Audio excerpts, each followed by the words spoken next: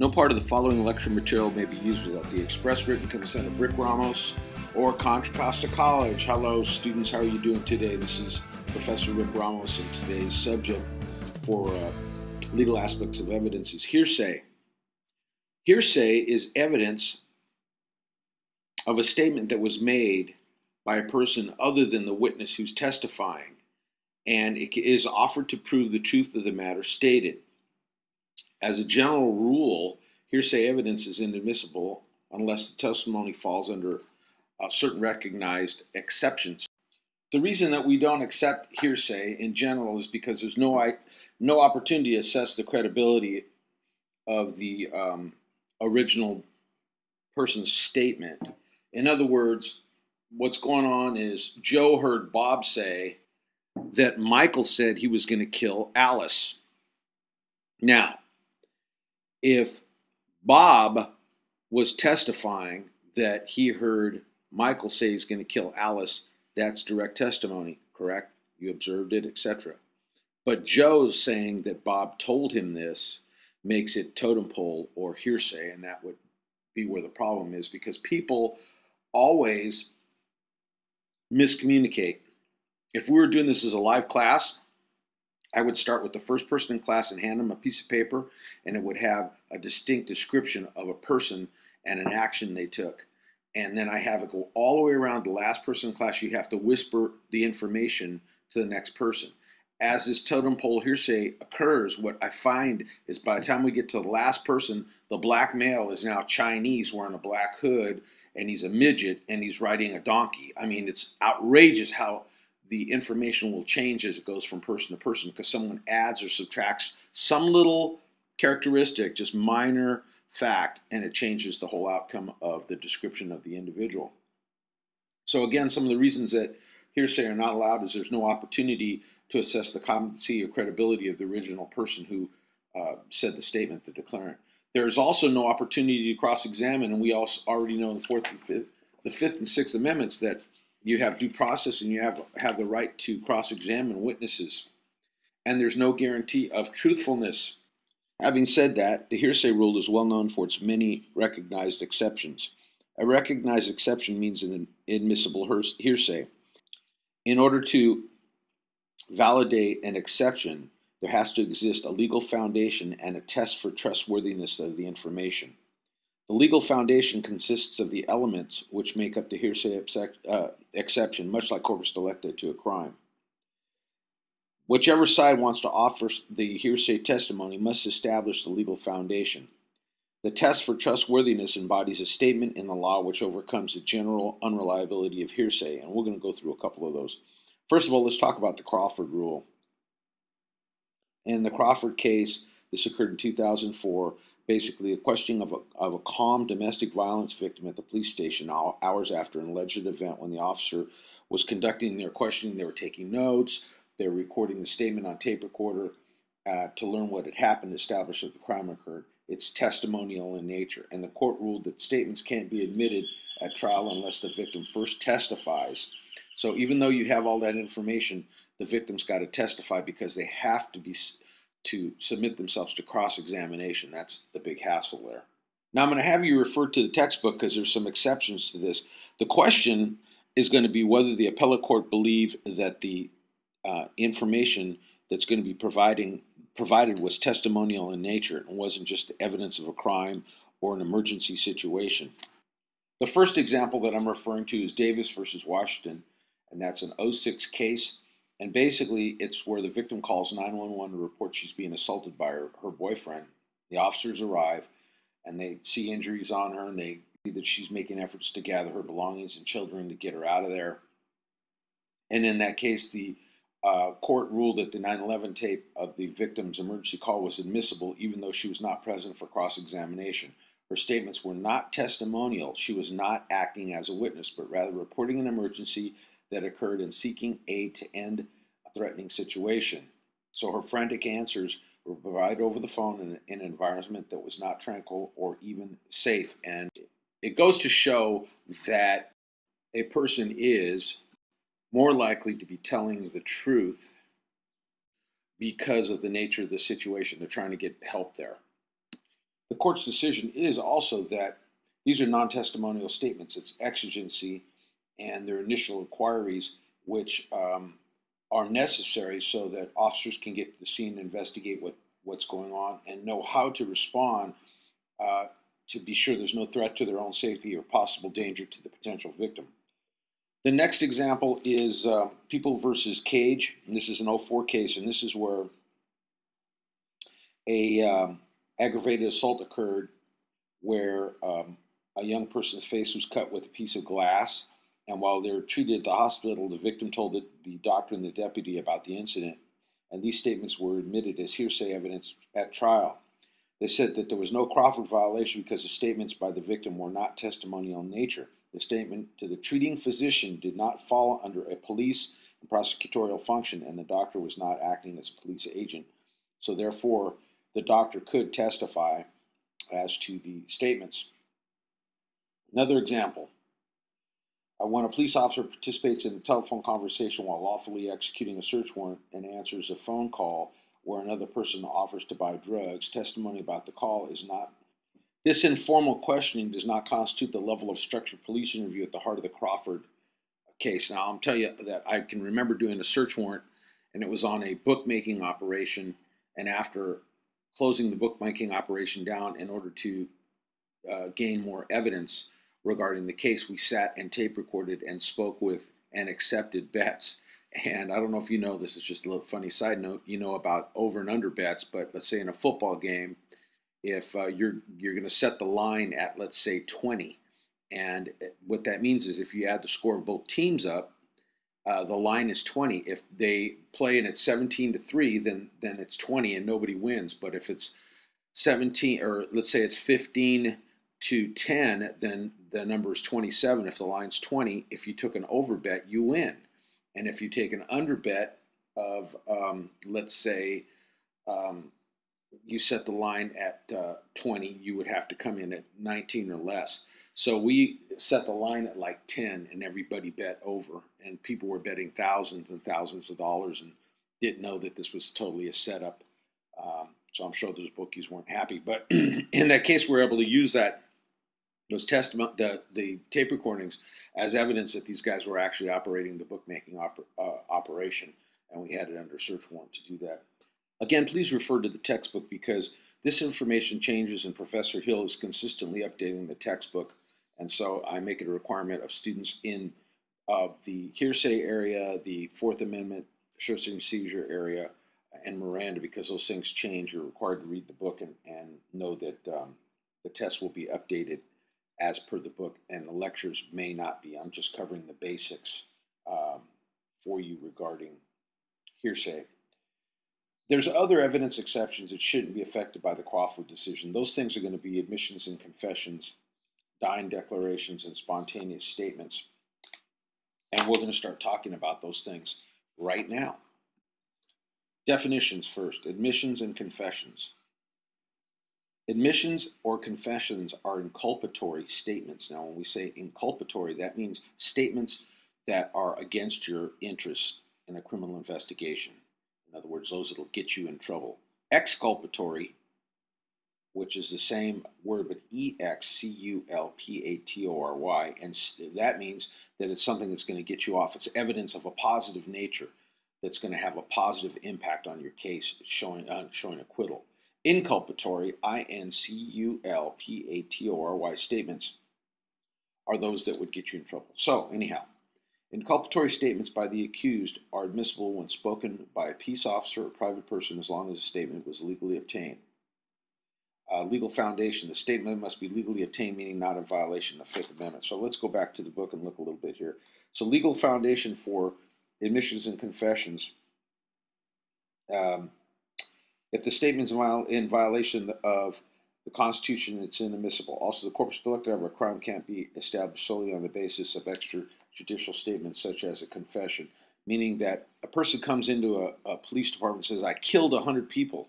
Well, you better start looking for missing people reports, missing person reports to establish corpus delicti of the crime, or start asking, where can I find evidence of these murders? And that's how you got to put it together. It can't just be on a confession. There must be other independent evidence or corroboration establishing the existence of the crime before criminal conviction can be obtained. What is the test for truthworthiness? Well, in that case, it's that a person would not make a statement adverse to their penal interest, meaning that they're saying that they committed a crime, unless the statement were true. The statement is likely to be truthful and reliable enough to be repeated by a person receiving or overhearing the admission or confession. So again, declaration against penal interest, which is 1230 of the Evidence Code, is that if a statement is contrary to the declarant's penal or proprietary interest and the statement subjects the declarant to criminal or civil liability or would subject the declarant to risk if hatred, ridicule, or social disgrace of the community, it qualifies for the hearsay exception.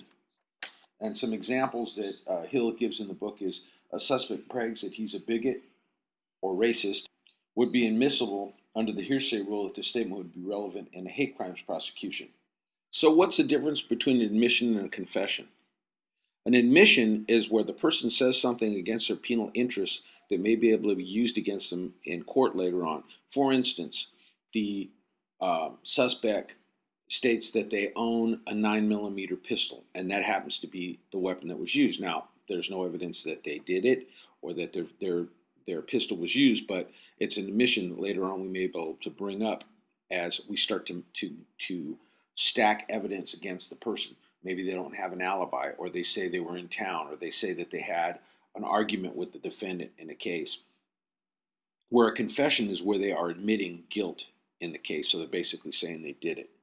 There's also what's called an adoptive or tacit admission. That's under 1221 of the Evidence Code and occurs when a person is accused of criminal activity but remains silent or fails to deny the accusation. The law takes a position that the person who tacitly acknowledges the truth of the statement because one would normally deny or object to the accusation if it were false.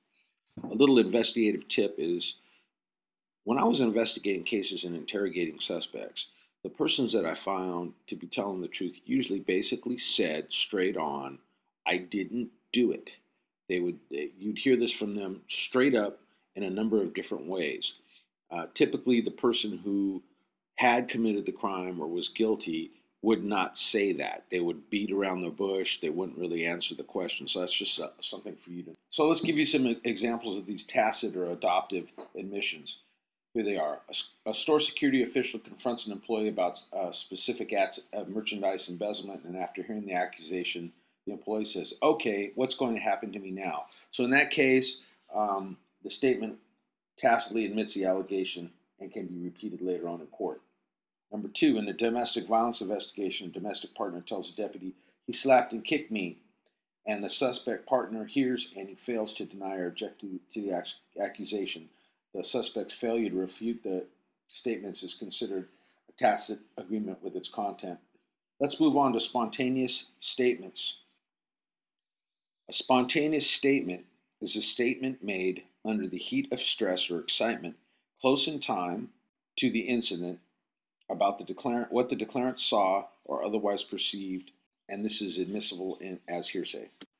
In other words, these are statements that are made contemporaneous or close in time to the occurrence of the crime, while the victim or witness are under the influence of the event. These statements made under the heat of excitement are considered trustworthy because the declarant has no time to premeditate or deliberate a falsehood. Thus, the statement reflects the declarant's true perception of the event, what they actually saw or perceived. Again, I recommend that you go through the book because there are a number of different examples of excited utterances and examples of things that are close in time. To recap, spontaneous statements come from victims and witnesses. Inculpatory statements come from suspects in the forms of admissions and confessions. And inculpatory means that it's a statement of guilt. Exculpatory means it's a statement of innocence. The next topic is dying declaration. Definition is a statement by a dying person with respect to the cause and circumstances surrounding their death is admissible hearsay.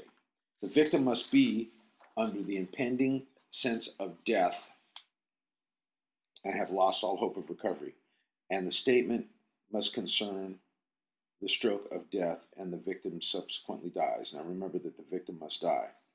If the victim doesn't die, then it can be considered a spontaneous statement or a prior statement of witnesses, but not a dying declaration. The law presumes a person nearing death would have no reason to lie or want to pass on with a clear conscience. Thus, a person would have no reason to be untruthful. If the victim survives, a statement will still be admissible under the spontaneous statement or prior statements of witnesses exceptions to hearsay.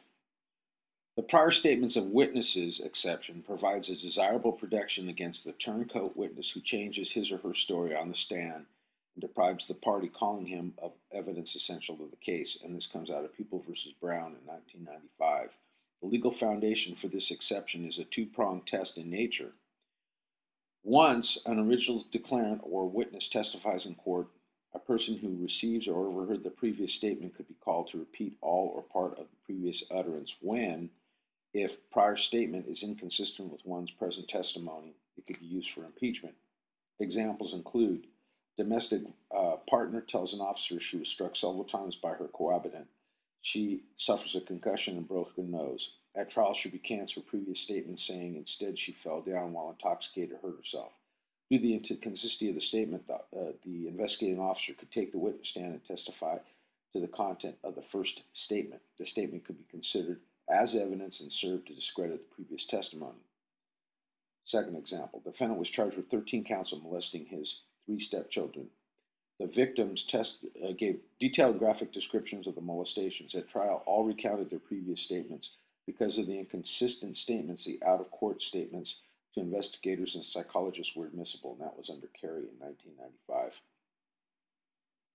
The defendant repeatedly kicked and punched the victim, who was 8 months pregnant. The attack resulted in the death of her fetus. At trial, the victim gave an inconsistent version of the previous graphic facts of the attack, stating she was the aggressor, had injured herself in a fall, and had lied to the police and doctors about what occurred.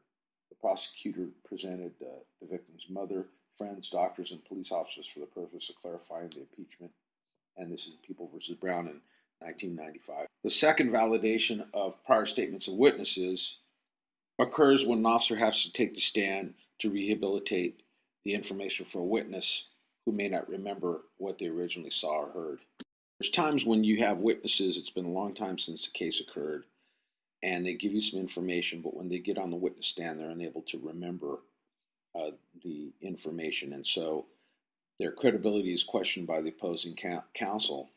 And in that case, we have the officer take the stand to fill in the blanks by offering testimony on what the witness previously said.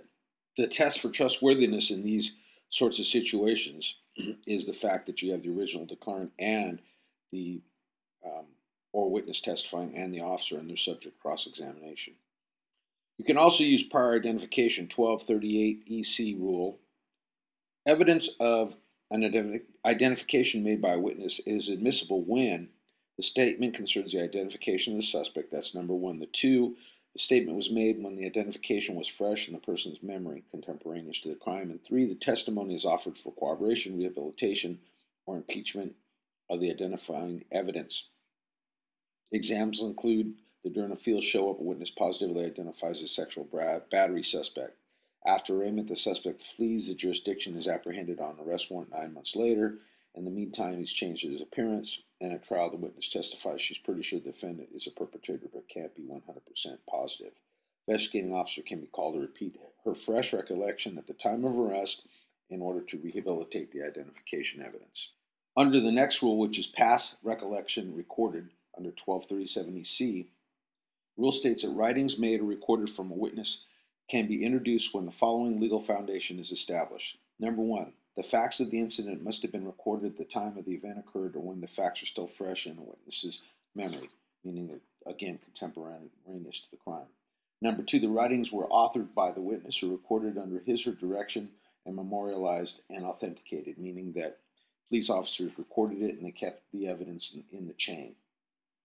3, that there's a need for impeachment or rehabilitation, which requires the past statements of the witnesses to be introduced. Example, a victim died in the hospital after the defendant injected methamphetamines into their intravenous drug bag. The witnesses gave 2 statements to the investigating officers. The defendant had visited the victim the night before her death and appeared to have administered some type of medication. An officer recorded the witness's statements. At trial, due to her weakened physical condition, the witness could not remember what she had said. The officer's notes of her past statements were repeated under the past recollection rule, and this was found to be okay. And this is in the Brock case in 1984. Rival gang members gave statements, description, and identifications after a shooting at trial, and at trial they recanted their previous statements. Their previous statements contained within the police reports were found to be admissible, and this is in Cuevas in 95. Here's an interesting one. The president of the Hells Angels chapter was accused of ordering the killing of 2 persons. A witness, Whispering Bill, gave testimony about the murders. Because the witness had throat cancer and was expected to live only 2 weeks longer, his testimony was videotaped. He died shortly thereafter. The appellate court ruled that the former testimony was admissible at trial because it was made during formal court proceedings under penalty of perjury and the person was thoroughly cross-examined.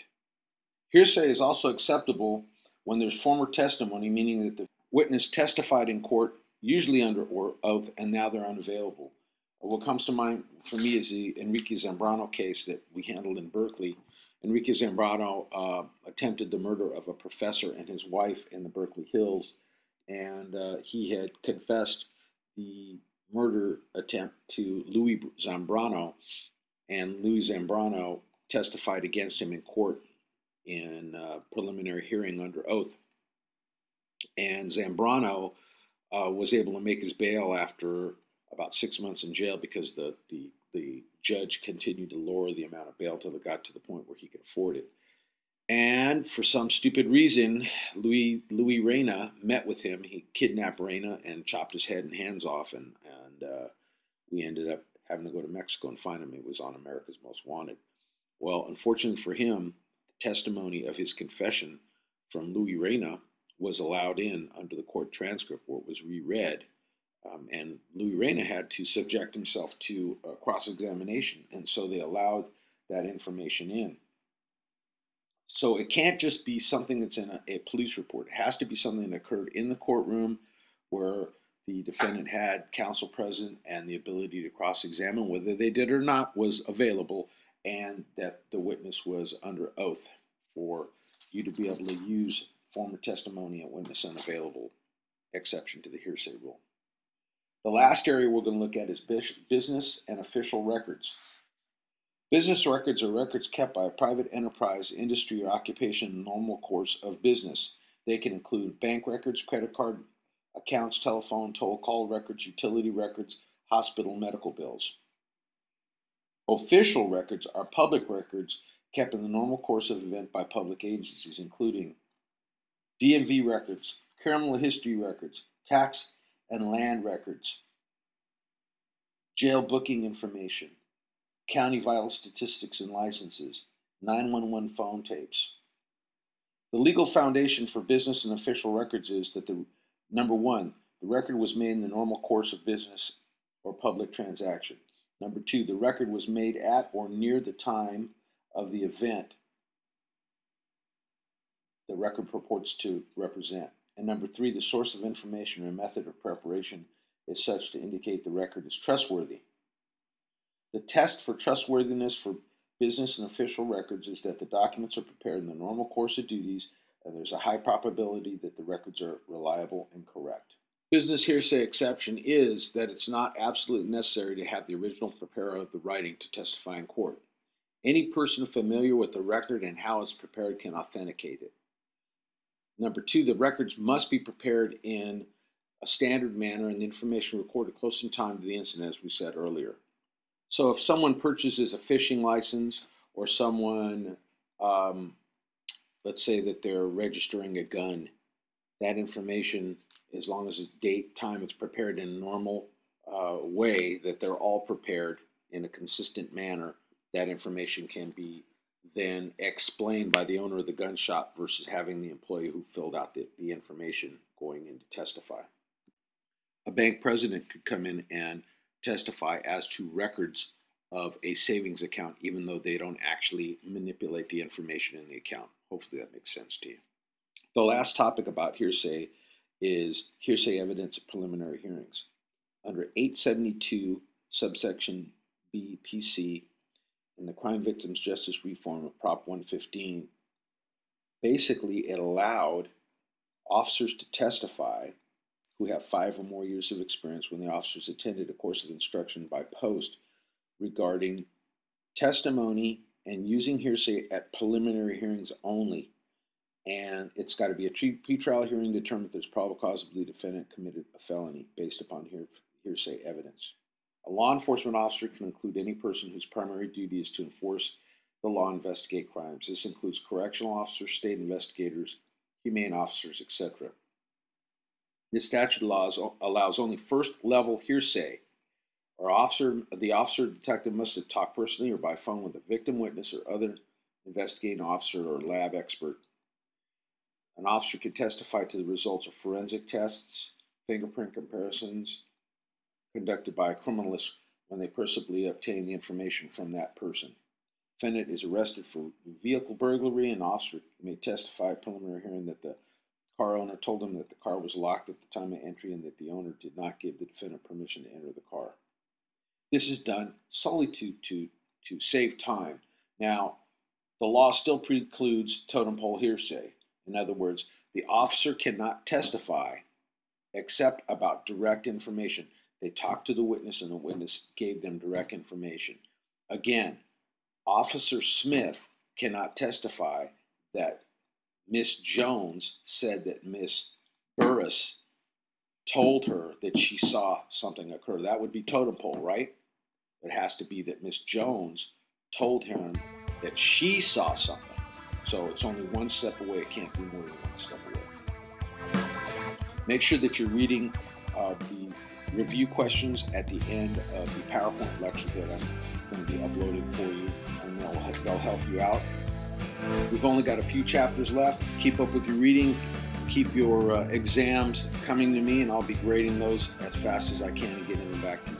Have a great day.